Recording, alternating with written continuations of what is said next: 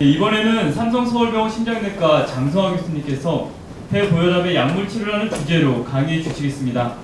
장성화 교수님은 서울의대를 졸업하시고 서울의대에서 석박사 및 수련 과정을 마치시고 현재 삼성서울병원 심장내과에서 진료를 하고 계십니다. 장성화 교수님, 좋은 강의 부탁드립니다. 안녕하세요, 여러분.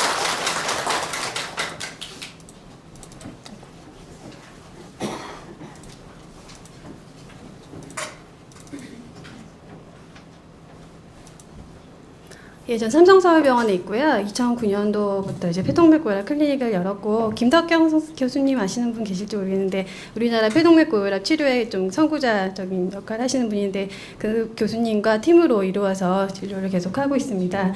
그래서 이렇게 좋은 날에, 좋은 자리에 여러분들 만나게 돼서 반갑고요. 다들 치료에 너무 관심이 많으실 것에 약간 부담도 느끼지만 천천히 얘기해 보겠습니다. 이 영화 보신 적 있으세요?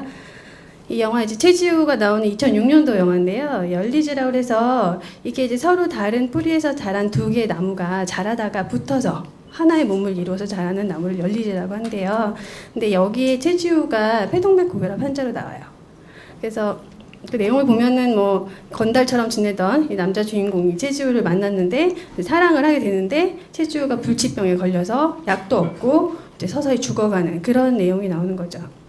그래서 그 전에부터 이 약이 없는 병이다 이렇게 알려져 있던 병인데 최근에는 점점 치료들이 많이 좋아지고 있어서 그런 환자, 최지우 같은 환자도 사랑을 오래오래 할 수 있길 기원해 봅니다. 앞서 말씀해 주셨지만 폐고혈압, 이게 폐고혈압, 폐동맥고혈압 자꾸 혼용을 이제 하게 되니까 헷갈리시는 분들이 많으실 거예요. 그리고 사실 여기 폐동맥고혈압 아니고 폐고혈압 환자분들도 계실 것 같아요.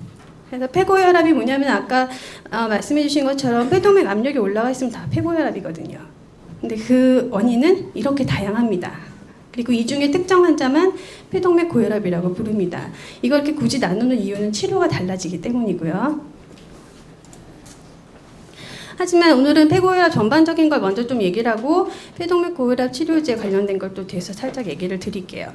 그래서 폐고혈압 치료를 어떻게 하느냐 나름 이제 원칙을 이해하실 수 있게 좀 설명을 해보이는데 첫 번째는요 원인이 있으면 원인을 치료합니다. 즉 뒤에 또 다시 얘기했지만 그리고 두 번째는 보조요법을 반드시 같이 가셔야 됩니다. 세 번째는 각종 이뇨제, 항응고제, 심장 관련 약제. 결국은 이게 심장이 나빠지는 병이기 때문에 심장 치료제를 환자에 따라서 적절하게 잘 사용을 합니다. 그 다음에 폐동맥 고혈압 환자는 폐동맥 고혈압 치료 약제로 치료합니다. 이게 무슨 얘기냐면 아까 얘기하신 비아그라라든지 아니면 보센탄이라든지 그런 약들 있잖아요. 이거는 폐동맥 고혈압 환자들에게는 적용 대상이 되고 그 외에 폐고혈압 환자는 원칙적으로는 해당되지 않습니다. 하지만 일부 질환에서는 이제 반응이 있는 환자가 있기 때문에 그건 의료진이 선택을 할 수 있겠죠. 오심실 보전이 동반되면 심부전 치료에 입각해서 치료를 하게 됩니다. 그래서 폐고혈압의 진단 분류에 맞춰 원인 질환을 치료한다. 이게 무슨 뜻인지 실례를 하나 보여드릴게요. 72세 여자 환자인데 폐혈관 안에 혈전, 피딱지가 생겨서 폐동맥의 압력이 올라가면 이 환자는 폐동맥 고혈압이 아니고 만성 색전증이 되겠죠. 그러면 치료는 당연히 그 피딱지를 녹여주는 항응고 치료가 1번입니다. 64세 남자 환자가 폐동맥 압력이 높다고 해서 왔는데 자세히 보니까 왼쪽 심장에 심한 판막 질환이 있었습니다. 그래서 이 판막 질환에 대해서 수술 치료를 했더니 폐고혈압이 사라졌습니다. 그래서 폐고혈압이 있는데 이게 폐동맥 고혈압이 아니고 다른 원인에 의한 거라면 당연히 그 원인을 먼저 치료를 해주셔야 되고요. 폐동맥 고혈압 환자들도 아까 분류를 보시면 루푸스라든지 선천성 심질환 이런 것들이 있으면 거기에 대해서 우리가 뭔가 도와줄 부분이 있으면 당연히 치료를 같이 해야 됩니다. 보조요법 말씀드릴게요. 사실은 보조요법은 많은 의사들이 무시하기도 하고 환자분들도 모르고 지나가는 경우가 많은데 굉장히 조금씩 다 노력을 하시면은 생활에 많은 도움을 줄 수가 있습니다. 보조요법은 생존율을 높여주는 거에 대해서는 좀 확실치 않지만 삶의 질을 굉장히 높여주고요. 그리고 또 병원에 한번 입원하게 되면 굉장히 힘들잖아요. 그런 일들을 줄여주게 됩니다. 운동에 대해서 질문이 많이 들어와요. 운동은 사람마다 다 틀리기 때문에 일괄적으로 얘기하기가 힘든데 운동하는 가장 중요한 이유는 근력을 유지하고 그리고 어떤 생활의 이런 그 심폐 기능을 보조할 수 있는 그런 역할을 하기 때문이고요. 대부분은 격한 운동을 못 하시죠. 그래서 스트레칭을 저는 많이 권유를 하고요. 그 다음에 걷는데 큰 문제가 없으신 분들은 걷기 운동을 권유를 드려요. 하면 안 되는 운동이 있어요. 남이랑 경쟁하는 거, 조기축구, 테니스, 탁구 이런 거는 자기가 할 수 있는 능력 밖에를 자꾸 해버리기 때문에 물론 그걸 할 수 있다는 것 자체가 굉장히 좀 경증이시긴 한데 권유드리지 않습니다. 두 번째는 감염인데요. 감기는 손을 잘 씻는 거에서 예방을 첫 번째 합니다. 그 외에 독감은 감기랑 틀려서 예방주사가 매년 나오거든요. 지금이 딱 맞을 시즌이세요. 안 맞으신 분 계세요? 그러면 당장 맞으시고요. 폐렴 예방주사는 5년에 한 번 맞으십니다. 빈혈이 있으면 다른 정상인에 비해서 훨씬 힘드세요. 그래서 빈혈이 있는지 없는지 항상 모니터하고 있으면 빈혈 치료를 잘 해야 되고요. 피임. 이거 참 상당히 슬픈 얘기이기도 한데 폐고혈압 환자들은 임신을 하면 위험도가 상당히 높습니다. 그래서 여기도 저희 환자분 한 분 계신데 아기를 잘 낳을 수도 있어요. 확률적으로. 근데 일반인에 비해서 월등히 위험도가 높기 때문에 임신 전에 상의를 반드시 해주세요. 임신해서 나타나시면 여러 가지 문제들이 생깁니다. 더군다나 보센탄이나 이런 그러니까 트라클리어나 그리고 볼리브리스 같은 약제는요 태아 기형을 또 유발하거든요. 그러니까 정말로 위험도도 다 듣고 그리고 내가 치료한 약제도 다 이해하고 그다음 내가 어떻게 될지도 다 이해했는데 그래도 난 그 위험도를 감수하고 임신을 하겠다. 그러면은 본인의 문제니까 얘기가 달라질 수도 있지만 원칙적으로 산모만 생각하면 임신은 상당히 위험합니다. 그래서 기본적으로 피임을 권유드립니다. 산소 치료 말씀드릴게요. 산소는 어떤 분들은 나 숨이 안 차서 산소 필요 없어요 이렇게 하시는 분도 있어요. 그리고 실제로 산소 처방을 받았는데 여쭤보면은 뭐 숨 찰 때만 해요 이렇게 이야기하시는 분이 있는데 사실은 이 산소가 다른 역할을 합니다. 몸 안에 산소가 부족하면 폐동맥이 수축해요. 수축하면 좁아지겠죠. 그래서 폐동맥 고혈압을 더 나쁘게 만들 수 있습니다. 그러므로 꼭 숨이 차지 않더라도 저산소증이 있으신 분들은 산소를 하시는 게 좋습니다. 산소를 하면 얼마나 해야 되느냐? 1시간, 2시간 전혀 효과가 없어요. 그러니까 하루에 적어도 12시간에서 20시간 저는 권유를 드리는데 뭐 집에서 잘 때, TV 볼 때, 책 읽을 때 그럴 때 내내 하셔야지 효과가 있어요. 근데 나는 일상생활 다 잘하고 저산소증도 없고 그렇다. 그럼 굳이 산소하실 필요 없겠죠. 산소를 어떻게 그럼 사용하나요? 산소 대여해주는 곳이 있습니다. 그래서 보험 적용이 되시면 상당히 큰 비용 안 들이고 집에서 산소를 사용하실 수가 있고요. 보험 인정 기준은 산소 포화도 88% 이하, 그다음 산소 포화 55% 이하, 또는 그 산소 포화도가 낮지 않더라도 폐동맥 고혈압이 있는 환자들은 다 산소 보험이 됩니다. 그래서 여러 가지 형태가 있는데요. 집에 놓고 탱크를 놓고 쓰는 게 있고 외출할 때 이렇게 가볍게 가방처럼 들고 나오는 산소가 있고요. 또 여행을 하게 되면 예를 들면 비행기를 타고 갈 수도 있고 고산지대를 갈 수도 있고 이럴 때는 특히 먼저 산소에 대해서 알아봐야 됩니다. 비행기를 타실 때는요 본인 산소를 못 갖고 타세요. 이게 발화성이기 때문에 아시아나나 대한항공에다 다 그런 걸 미리 신청을 할 수가 있고 본인이 이제 비용을 지불하고 구비를 할 수 있으니까 여행 전에 담당 선생님이랑 상의를 하셔서 신청하시는 게 좋습니다. 항응고 치료 와파린이라는 약 드시는 분 있을 거예요. 폐동맥 환자의 혈관 안에는 피가 천천히 흐르기 때문에 피딱지, 혈전이 잘 생깁니다. 그래서 이 혈전을 녹여주는 게 환자에게 도움이 된다는 보고들이 있죠. 그런데 현재로서는 이제 특발성 폐동맥 고혈압, 옛날에 1차성이라 불렀던 그 질환에서는 항응고 치료가 추천이 되고요. 그 외의 질환에서는 환자의 위험도를 따져봐서 결정을 하는데 그 점에 대해서는 이제 환자 개개인으로 갑니다. 왜냐하면 이제 항응고 치료를 하면은 피를 묽게 만드는 대신에 피가 잘 나거든요. 그러니까 객혈이 있다거나 다른 그런 출혈 위험이 있는 분들은 좀 조심해서 또는 하지 않는 게 나을 수도 있죠. 이뇨제 사용은 증상을 굉장히 도움을 줘요. 부종이 있을 때 이뇨제 사용하면 붓기 쫙 빠지면서 숨찬 것도 덜하고 경험하셨을 거예요. 근데 이뇨제를 과다하게 쓰면 탈수가 되고 전해질 불균형이 와서 또 환자가 그것 때문에 입원할 수도 있거든요. 그래서 이뇨제 집에 있다고 이제 부으시면 하나씩 드시는 분도 있는데 그거는 의사 선생님이랑 잘 상의를 하셔서 아예 그 처방을 그렇게 할 때도 있어요. 몸무게 재보고 1kg 늘으면 하나 드세요. 근데 그렇게 하는 건 상관없지만 본인 자의로 이렇게 늘렸다 줄였다면 또 상당히 위험할 수 있습니다. 자, 그 다음에 폐동맥 고혈압 치료 약제, 여기서 말하는 최근에 개발된 그런 약제들에서 말씀드릴게요. 일단 모든 폐고혈압 환자에 대해서 이 폐동맥 고혈압 치료 약제를 쓰는 게 아니라 아까 분류 1에 들어있는 폐동맥에 병이 있는 폐동맥 고혈압 환자에 대해서 이 약을 사용합니다. 현재 사용할 수 있는 폐동맥 고혈압 치료 약제는 크게 3가지 계열로 나뉘는데 어쨌건 어떤 약이든 이 3가지 안으로 들어가 있어요. 그래서 하나는 엔도살린 수용체 기량제라 부르고, 또 하나는 PDE5 이니비터라 부르고, 또 하나는 프라스타노이드 계열이라 부릅니다. 뭐 전문적인 그림이지만 세포 안에서 서로 기전이 달라요. 그러니까 한 가지 약제를 사용하다가 잘 안 드는 경우에는 다른 기전을 가진 약제를 사용하면 이론적으로 더 도움을 줄 수가 있겠죠. 현재 사용한 폐동맥 고혈압 치료 약제는 이렇게 보시는 바와 같고요. 눈에 익은 이름들도 있고 처음 보는 약들도 있을 겁니다. 국내에서 사용 불가능한 약은 플로란. 그래서 이렇게 큰 통 들고 외국 환자들 다니는 거 보셨을 거예요. 정맥주사로 사용하는 약인데 우리나라에 지금 들어오지 못했고요. 이유는 너무 고가. 에다가 이제 사용하는 인구가 적을 거라는 제약회사나 이런 인식들 이런 것들이 관련되어 있습니다. 나머지 약들은 우리나라에서 다 사용은 가능하세요. 그리고 베라실은 이제 그 비교적 좀 역사가 오래된 약이고 혈관 치료하는 데서 먼저 승인이 나서 우리나라에 들어와서 초기에 다른 약이 없을 때 많이 사용을 했는데요. 사실은 이 베라실이라는 약제의 그 데이터는 조금 적은 숫자의 환자를 대상으로 해서 단기간에 한 것들만 성적이 좀 나와 있어서요. 일본이랑 한국에서만 사용하고 사실 미국과 유럽에서는 거의 사용하지 않는 약제입니다.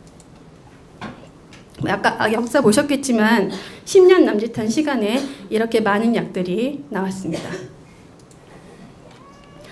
다시 한번 보시면 이제 저희가 사용을 할 때 이건 보험이 되고 안 되고 이런 얘기를 하잖아요. 잘 지켜보시면은 저희가 호흡곤란 기능분류라는 걸 사용을 하는데 기능분류 4는 가만히 있어도 숨 차신 분이에요. 굉장히 심하신 분. 산소를 달지 않고는 밖에 나가기 힘드신 분. 기능분류 3는 일상생활하는 데 지장이 있는 이렇게 돼 있거든요. 기능분류 2는 일상생활에는 지장이 없는데 뭐 계단을 많이 올라가거나 운동을 하거나 이러면 숨이 찬 거죠. 사실 대부분의 환자들이 여기에 속해 있죠. 사실은 여기에도 많이 들어가 있거든요. 그런데 국가에서 보험은 아직은 베라실만 보험을 해주고 있습니다. 그리고 일상생활에 좀 지장이 있을 정도로 조금 증상이 심해야지 보험을 적용을 해주는 약제들이 등장을 하고요. 그리고 아까 장혁정 선생님도 말씀하셨지만 아직 우리나라에서 한 가지 약제만 보험을 해주기 때문에 2가지 이상을 사용하게 되면 엄청난 고가를 부담을 해야 되는 게 발생을 하는 거죠. 그리고 비아그라는 왜 보험이 안 되나요? 이건 이제 복잡한 얘기가 깔려 있습니다만 어쨌건 그 한국에서 식약청에서 허가한 바로는 비아그라는 폐동맥 고혈압으로 적응증을 못 받았습니다. 이유는 과학적 이유가 아니고 사회적 이유 때문에. 그래서 이거는 전혀 보험이 안 되는 거죠. 그러면 어떤 환자한테 어떤 약을 사용하느냐 여러 가지 면을 고려를 합니다. 당연히 효과가 좋아야 될 거고요. 2번째는 비용도 생각을 해야죠. 그렇죠? 그리고 제형, 그러니까 흡입제, 그리고 주사제, 광구제가 있으면 환자가 이걸 잘 할 수 있을 것인가, 어떤 게 더 불편하지 않을 것인가 이런 걸 고려를 하고요.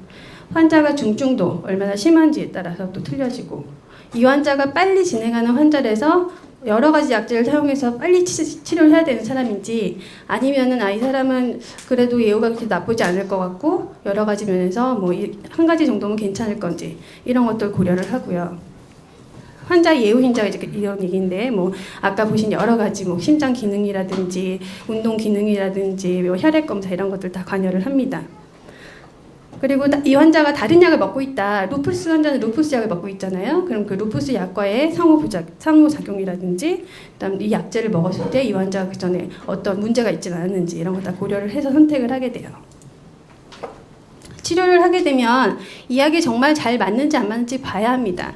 그 약을 우리가 쓸 수 있는 무기가 몇 개 안 되고 또 환자의 시간도 제한돼 있고 그렇기 때문에 보통은 3개월에서 6개월 정도 뒤가 되면 이 약이 정말 이 환자에게 적합한 약인지 이거 한 가지만 써도 되는지 이런 것들을 평가하기 위해서 이렇게 많은 검사들을 시행을 하게 돼요.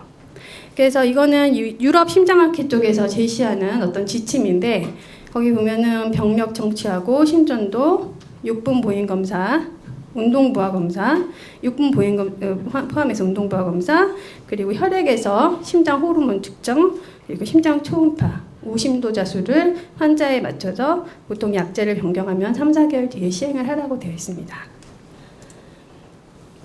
그래서 전체적인 걸 보면은 이제 이건 좀 복잡하게 써 있긴 하지만 그냥 요약해 드리면은요, 보조 치료를 하고 진단을 정확히 하고 보조 치료를 병행하면서 전문 센터에 의뢰를 한다. 그러면 전문 센터 의사는 환자에게 개별 약제를 치료하고요. 약제를 2가지 이상 사용하는데도 환자가 계속 악화되는 경우는 폐 이식을 준비하라고 되어 있습니다. 그리고 처음부터 2가지를 사용하는 경우도 있어요. 환자가 굉장히 심해서 못 버틸 것 같다. 그런 경우에는 2가지를 처음부터 사용하기도 하고요. 또 의사에 따라서는 요즘 들어서 이제 2가지를 먼저 쓰는 게 더 좋다고 하는 사람도 있고, 아니다 1가지만 쓰고 추가해도 된다, 이게 말이 많은데 이렇게 해서 2가지를 먼저 선호하시는 선생님도 있어요. 이런 것들은 다 환자 여건이나 중증도 따라서 결정이 됩니다. 그리고 거기서도 반응을 안 하면 항상 우리가 이제 폐이식을 고려를 좀 해야 되고요. 약제 부작용 많이 물어보세요. 근데 대부분의 환자는 1가지 이상의 부작용을 다 경험을 하게 돼요. 근데 대부분 경미해요. 그리고 우리가 사용할 수 있는 약제가 정말 손꼽을 정도 안에 들어가 있기 때문에 약간의 그냥 어떻게 뭐 진통제를 좀 먹을 수도 있고 아니면 미식거리면은 구토 안 나게 그런 약을 먹을 수 있고 그런 약으로 조절이 되는 부작용이라면 대부분은 시간이 지나면 좋아집니다. 그래서 그런 것 때문에 약제를 바꾸는 거는 조금 자제하는 편이에요. 근데 정말 심각한 부작용, 뭐 간 기능이 심하게 나빠졌다든지 아니면 뭐 띵띵 부어가지고 생활을 못한다든지 그런 종류면은 변경을 해야겠죠. 그래서 흔히 나타날 수 있는 거는 이런 것들입니다. 두통, 얼굴이 화끈화끈하고 코가 막히고 콧물이 나오고 매식 가린다든지 설사한다든지 몸이 붓는다든지 일시적으로 혈압이 좀 낮아진다든지 간 기능에 문제가 생긴다든지 그리고 또 이제 투여 경로에 따라 가지고 주사 자리가 아프다든지 뭐 이런 것들 다 가능하겠죠. 경구용 칼슘 기량제는 요즘은 이제 대부분은 여기 계신 분들은 폐동맥 고혈압 치료 약제를 다 드실 것 같아요. 근데 칼슘 기량제도 사용을 하는 분들이 있을 겁니다. 아직도 이게 우심도자술 하는 동안에 저희가 혈관 확장제 반응 검사를 해요. 거기서 10명 중 1명 정도는 양성 반응이 나와요. 약을 투여하면 압력이 뚝 떨어지거든요. 그렇게 좋은 반응을 보이는 분들은 칼슘 기량제라고 이게 워낙에는 고혈압에 사용한 약인데 이 약을 써도 압력이 많이 떨어지고 치료가 되는 경우가 있어요. 근데 이런 환자는 굉장히 적습니다. 특발성 중에서도 10%, 그러니까 전체 환자로 치면은 한 3에서 5% 이하. 그래서 거기서 반응이 좋으신 분들은 이제 이렇게 오래 별 문제 없이 잘 사신다는 거죠. 하지만 대부분은 여기에 해당되지 않기 때문에 저희가 폐동맥 고혈압 특이약제를 사용할 수밖에 없고요. 그 다음에 이제 각각 약을 보여드리는데 제일 많이 드시는 약 중에 하나가 트라클리어하고 볼리브리스일 거예요. 그래서 이게 엔도셀린 수용체라는 그쪽에 작용하는 약제가 되겠습니다. 비교해서 많이 물어보시는데 뭐가 더 좋다 안 좋다는 연구도 되어 있지 않고 차이가 있다 얘기하기 힘들고 그냥 특성만 알아두시면 돼요. 그래서 트라클리아가 좀 먼저 나왔고요. 자료가 좀 많고 볼리브리스가 조금 나중에 나왔고 간독성은 보고가 볼리브리스가 좀 적고요. 그다음 수용체 선택성이라고 해서 어떤 약동학적으로 좀 차이가 있습니다. 그리고 승인 연도가 이렇고 데이터든 둘 다 이제 어느 정도 가지고 있고요. 용량은 트라클리아 같은 경우 하루 2번 먹고 볼리브리스는 하루 1번 먹고 이런 약들이 개발이 돼서 나올 때는 저희가 임상 연구라는 거쳐요. 그래서 임상 연구에서 저희가 주의 깊게 보는 거는 첫 번째는 환자가 증상이 좋아져야 되기 때문에 증상이 정말 좋아졌는지 보는 거죠. 예를 들어서 이건 트라클리어의 데이터인데 약을 먹으면은 확실히 걷는 양이 증가하고 증상이 좋아진다는 거죠. 그리고 더 오래 별 문제 없이 산다는 겁니다. 이런 약들은 처음에는 이제 좀 심한 환자한테만 처방을 해봤는데 경증, 조금만 숨찬 환자들도 이 약을 먹으면은 걷는 능력이 좋아지고 더 임상적으로 나빠지는 걸 줄여준다고 이미 보고가 되어 있어요. 하지만 보험에서는 커버를 안 해주죠. 볼리브리스도 마찬가지 데이터하고 있습니다. 그래서 운동 기능 좋아지고 오랫동안 사용했을 때도 안전하게 환자 기능을 좋게 해주고 이건 이제 일로프로스트라고 벤타비스 흡입제죠. 흡입제도 똑같은 이런 데이터를 다 거쳐서 시장에 나오는 겁니다. 이거 이제 비아그라 관련된 얘기고요. 리모델린은 비교적 최근에 우리나라에 수입됐는데 허가된 지는 한참 됐었고요. 그 피하 주사 또는 정맥 주사로 가능합니다. 그래서 리모델린 들어올 때 저희가 굉장히 반겨했던 게 저희가 이제 중환자실이나 뭐 입원하시게 되면은 입으로 못 들어가는 수가 있거든요. 흡수율도 떨어지고 주사약제가 전혀 없던 터에 수입이 돼서 잘 사용을 할 수 있게 되었고요. 우리나라에서 사용할 수 있는 유일한 주사제가 됩니다. 그리고 기능분류 4 환자에서는 보험이 돼요. 안정시 호흡곤란 있는 환자에서는 이제 급성 마카가 있을 때 굉장히 추천할 만한 약제가 되겠고요. 플로랄이라는 약은 아직 수입이 안 돼 있는데 이 약이 이제 가장 오랜 역사를 가지고 있습니다. 그래서 정맥 주사로 투여 가능하고 이제 국내에 수입되지 않고 사용 그 약제 가격이 너무너무 높다고 그래요. 폐이식에 대해 그래서 지금도 계속 임상시험도 하고 또 그 결과가 나오고 있습니다. 대표적으로 지금 말씀드린 3가지 계열의 약제를 제외한 또 다른 계열의 약제가 소개가 곧 될 건데 이미 잘 알고 있는 약제세요. 글리백이라고 해서 항암제로 사용을 했었던 약제죠. 근데 그 약제가 폐동맥 고혈압에도 효과가 있는 것으로 알려져서 실제로 국제 임상 시험을 했었고 저희도 이제 참여를 했었는데 효과를 보신 분도 많았고 좋은 결과를 가지고 아마 곧 허가 신청이 들어갈 거라 합니다. 그 외에 자이데나 우리나라에 자이데나 드시는 분도 많을 텐데 사실 자이데나가 임상적으로 써보면은 효과가 꽤 있는 약인 것 같은데 저런 대규모 임상 시험을 못한 상태였었어요. 그래서 이것도 정식 임상을 거쳐서 이제 허가를 받게 되면은 아무래도 우리나라 약이니까 보험이나 이런 것들이 좀 자유롭지 않을까 그렇게 기대하고 있습니다. 그 외에도 이제 트라클리어 계열인데 훨씬 더 강력한 그런 약제가 3상 시험을 완료했고요.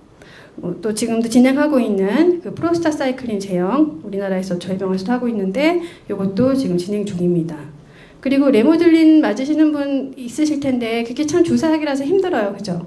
맞는 부위도 아프고 그래서 경구용 약제로 지금 개발이 돼서 나와 있는데 그 임상 시험도 곧 들어갈 예정입니다. 그래서 이제 글리백 동물 실험한 건데요. 동물 실험을 해봤더니 약제를 사용하면 이렇게 두꺼운 벽이 얇아진다는 거죠. 그래서 동물 실험에서 시작해서 사람한테 한두 번 써보고 효과가 있어 보이니까 임상시험 거쳐서 이제 마지막 단계에 도달해 있습니다. 이건 리오시거트라고 이것도 우리나라에서 임상시험 했던 건데 지금 결과 나오기 직전인데요. 이 약은 이제 그 비아그라랑 비슷한 기전을 밟지만 비아그라에서 실패한 비아그라에서 커버 못 해주는 그런 곳에 작용을 해가지고 신기전으로 더 폐동맥의 확장을 도와주는 약제입니다. 그래서 이것도 굉장히 유망하고요.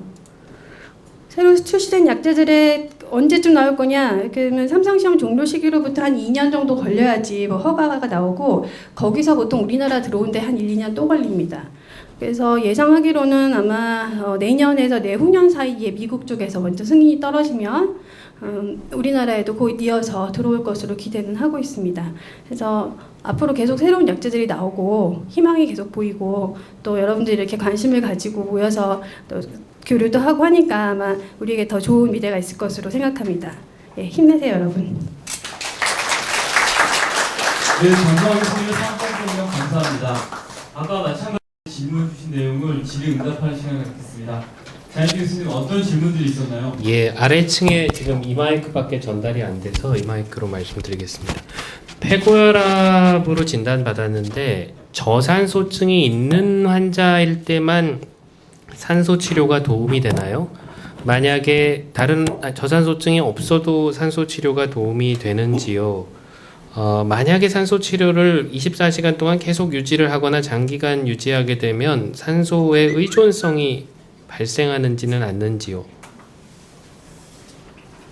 일단은 저산소증이 이제 안정시 보통 우리가 측정을 하는데요. 저희가 육분포진 검사할 때 산소포화도 기계를 달고 걷게 해보면 실제로 걸으면 산소포가 계속 떨어집니다. 그래서 어떤 사람은 안정 상태는 90% 정도 되는데 걸으면 막 70%까지 떨어지는 분도 있어요. 그래서 그런 분들한테는 이론적으로 그런 산소를 높여주면 도움이 되지 않을까 제가 생각은 합니다만 산소를 들고 다니는 것 자체가 상당히 힘든 일이잖아요. 그러다 보니까 그 그렇게 조금 저산소증 심한 분들은 저는 이제 산소를 권유를 하긴 해요. 그런데 뭐 딱 잘라가지고 그런 이제 해야 된다 안 된다 말하기 좀 힘듭니다.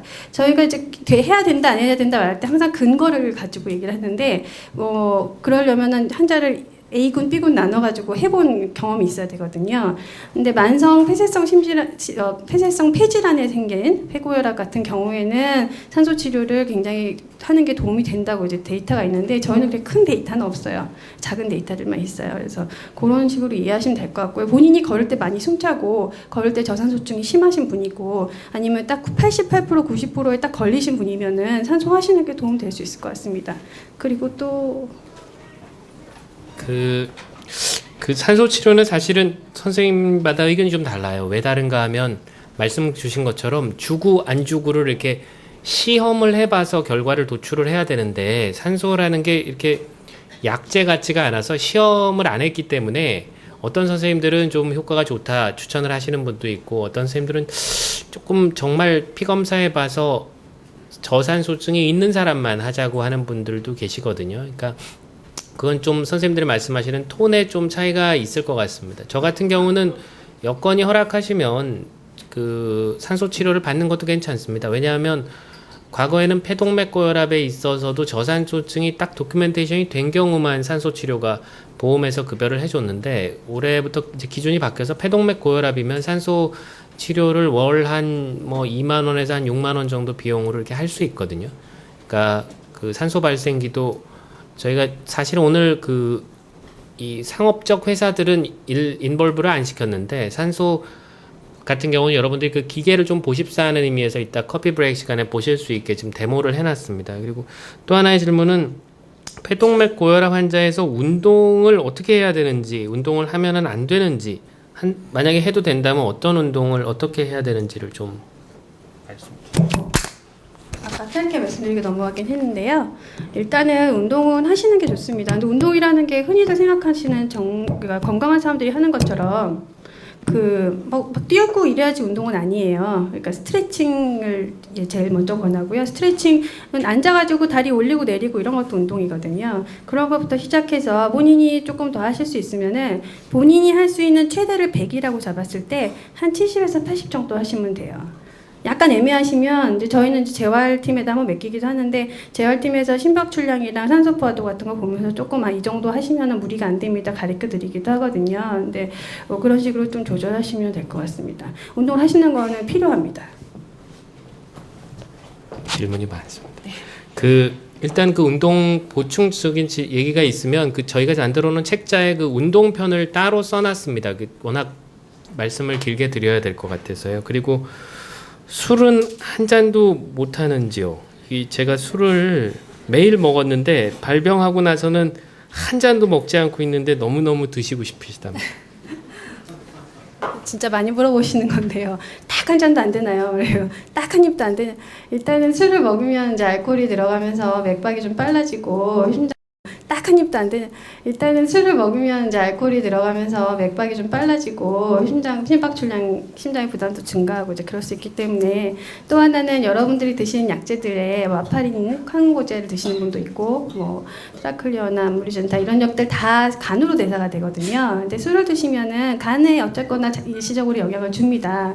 그래서 원칙적으로는 안 드시는 게 좋죠. 근데 그냥 인간적으로 너무 드시고 싶으면 딱 한 입만 드세요. 근데 이게 한 입이 되고 두 입이 되고 한 잔이 되고 두 잔이 되고 이게 한 병이 되거든요. 예. 그러니까 원칙적으로는 안 드시는 게 좋죠. 예. 이거는 좀 김영관 선생님께서 좀 대답을 해주셨으면 그 질문이 그 폐동맥고혈압으로 진단을 받으면 이렇게 높은 고도에 올라가면 산소 농도가 떨어지는 것으로 되어 있어서 고산지대에서 생활하는 데 문제가 있는지 또 이게 항공기를 타고 해외여행을 하려면 항공기가 이렇게 높게 올라가니까 저산소증이 발생하니까 항공여행을 하는 것에 혹시 문제가 있는지 여부를 좀 물어보셨는데요. 예전에 김영관 교수님께서 이 유사한 얘기를 한번 얘기하셨던 기억이 나서 답을 좀. 저도 기억이 없는데 제가 얘기한 적이 있나요? 제가 얘기한 거 아닌가요? 사실은 그 장성아 선생님이 했던 강의가 원래 제가 하기로 했었는데 저희가 부부입니다. 부부인데 워낙에 말을 잘해서 여러분들한테 장성환 선생이 강의하는 게 훨씬 나을 것 같아서 넘겼는데 잘했다는 생각이 들고요.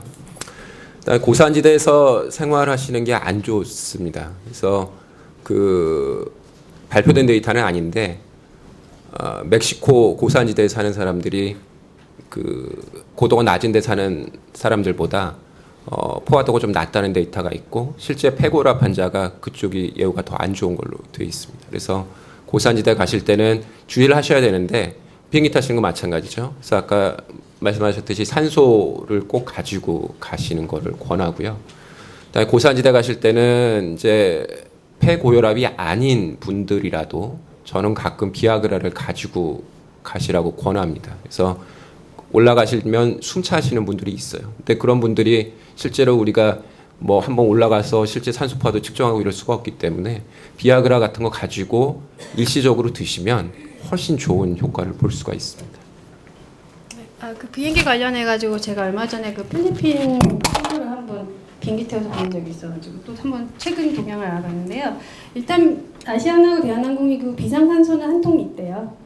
유사시에 있을 수 있는데 그 평상시에 저산소증 없고 운동할 때도 이렇게 괜찮으신 분들은 대부분은 큰 필요는 없어요. 왜냐하면 좀 비행기가 좋아서 안에 산소 농도나 이런 건 대부분 맞춰주거든요. 근데 평상시에 산소가 필요했거나 아니면 많이 숨 차신 분들은 한 통 정도는 여유를 갖고 가시는 게 좋으니까 보니까 미리 신청을 하시면 됩니다. 한 통에 50불에서 80불 사이로 제가 들었고요. 비행 시간에 따라서 좀 달라지는 걸로 알고 있습니다. 이게 치료다 보니까 관심이 있어 하시는 분들이 질문이 많은데 시간이 많이 지연되지는 않죠. 예, 괜찮습니다. 예. 그 보센탄을 2년 정도 드셨던 환자분입니다. 보센탄을 한 2년 정도 드셨는데 호전되지 않는 유지는 되는데 호전이 없다고 그래서 벤타비스로 바꿔서 치료를 시작하셨답니다. 근데 이게 흡입제다 보니까 하고 들이마시면서 입안이 자꾸 헐어서 많이 힘든 상황인데 현 상황에서 대체약제가 있는지 아니면 치료를 좀 어떻게 바꿔야 되는지 물어보셨습니다. 일단 흡입제를 써보면 그거 많이 힘들어하세요. 그래서 흡입 방법이 잘못돼서 이제 그러는 경우도 있고요. 흡입을 잘 하셔도 이게 계속 들어가다 보니까 그런 거 느끼시는 분이 있는데요.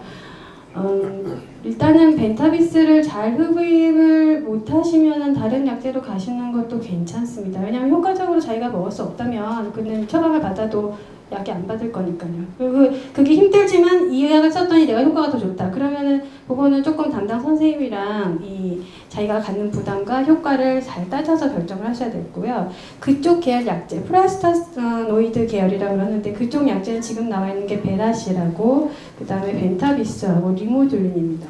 근데 베라실은 흡수가 좀 잘 안 돼요. 그래서 베라실을 정말로 우리가 치료 용량까지 올리면 도통이 엄청 심하고 흡수도 잘 안 되고 그래서 사실 저는 그닥 선호하는 약제는 아니고요. 두 번째는 흡입은 지금 얘기하신 그런 문제가 있고 주사약은 더 힘들죠 사실은. 그러니까는 그쪽 계열 약제가 정말 잘 받는다면 그러면은 이 세 가지 옵션 중에서 결정을 하셔야 됩니다. 그리고 경구용 약제는 지금 리모듈린이 경구용으로 임상시험 들어갈 거고 지금 저희 병원이랑 연대랑 서울대도 다 하고 있는 임상시험인데 그것도 프로스타사이클 계열 먹는 약이 있어요. 그래서 그거는 몇 년 지나면 사용 가능할 것 같은데 현재로서 처방해서 쓸 수 있는 약은 아닙니다. 그 원칙적으로 장성환 선생님 말씀하셨지만 그 보센탄이라는 계열의 약제를 드시다가 유지는 되는데 호전이 안 된다고 하면은 원래 원칙적으로는 약을 계열을 바꾸기보다는 이렇게 하나 더 첨가해서 먹는 것이 원칙입니다. 근데 이제 우리나라에서 그렇게 못하는 이유가 단일 약제 나라 보험에서 한 가지밖에 보험을 인정 안 되기 때문에 만약에 병용을 하면 100% 자기가 내야 됩니다. 그렇기 때문에 이제 아마 진료하시는 분께서 바꾸신 것 같고요. 즉 저희 같으면 사실은 보센탄을 유지하시다가 호전이 안 되면 다른 종류의 경구용 약제인 그 비아그라 계열의 약제를 하나 비보험으로, 그건 어차피 비보험이기 때문에 그쪽으로 넣어서 드시는 걸 추천하기도 합니다. 두 가지 질문이 더 있는데요. 근육통과 전신 부종이 있어서 힘들어서 이뇨제를 복용을 시작했습니다. 부종이 사라졌다면 이제 부종약은 복용을 안 해도 될까요? 부작용은 없을까요?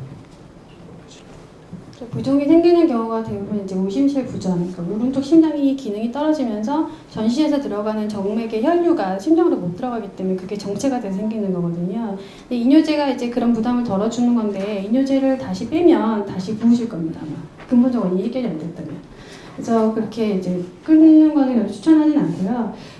장기간 뭐 먹어서 문제가 되지 않냐. 장기간이라기보다는 환자 상태가 바뀌면 이뇨제 양도 계속 바꿔줘야 되거든요. 그래서 그런 이뇨제 부작용이 생기지 않게 모니터하는 건 필요한데 부종이 빠졌으니까 뺀다. 그러면 마치 고혈압 같은 거예요. 고혈압약 먹었는데 좋아졌다고 뺀다. 그럼 혈압 오르는 것처럼 원인 해결이 안 되기 때문에 다시 부으실 가능성이 높아요. 그래서 반드시 담당 선생님이랑 상의해서 결정하셔야 합니다. 아직도 질문이 있습니다.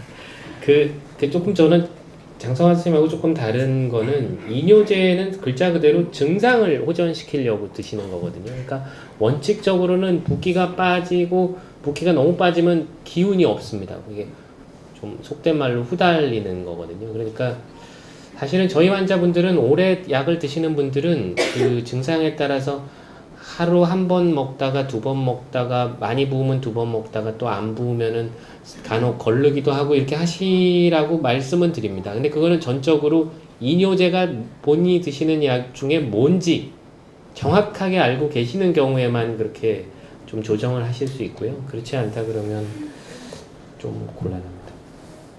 이거는 조금 과일만 매일 매식 3, 4일만 먹어도 혈압이 정상으로 돌아올 수 있도록 체질이 바뀐다고 하는 말이 있는데 궁금합니다. 근데 사실 이거는 저희가 이걸 소개를 안 하려다가 이런 식의 그 얘기를 많이 듣고 오시는 분들이 있습니다. 제가 겪고 있기로는 저는 한약을 굉장히 좋아하는데 뭐 침을 몇 대 맞으면은 폐동맥 고혈압이 고쳐진다는 한의원이 있으세요. 저희 어디라고 얘기는 안 하겠는데 그래서 맞고 오셔서 참 난감한 일이 발생했던 경우가 있어서 이런 식의 경험이 혹시 선생님도 있으신지랑 질문은 많이 받습니다. 예.